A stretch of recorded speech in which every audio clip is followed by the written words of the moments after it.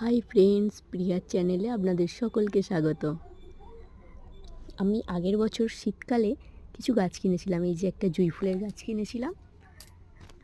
তো জুঁই ফুলের গাছটা মোটে ঝাড় নিচ্ছে না। এই যে একটা ফুল ধরেছে, এবছরে প্রথম ফুল ধরেছে গরমে। কিন্তু জুঁই ফুল গাছটা বেশি পরিমাণে ডালপালা গজাচ্ছে না বলে মনে হয় ফুল একটু কমই হচ্ছে। কিভাবে যত্ন নিলে এর ডালপালা আরও বেশি গজাবে একটু জানাবেন প্লিজ কমেন্টে। এবার হচ্ছে এটা বেল ফুলের গাছ বসিয়েছিলাম আর একটা, যেটা হচ্ছে প্রতিদিন প্রায় 2-3টে করে ফুল ফুটছে।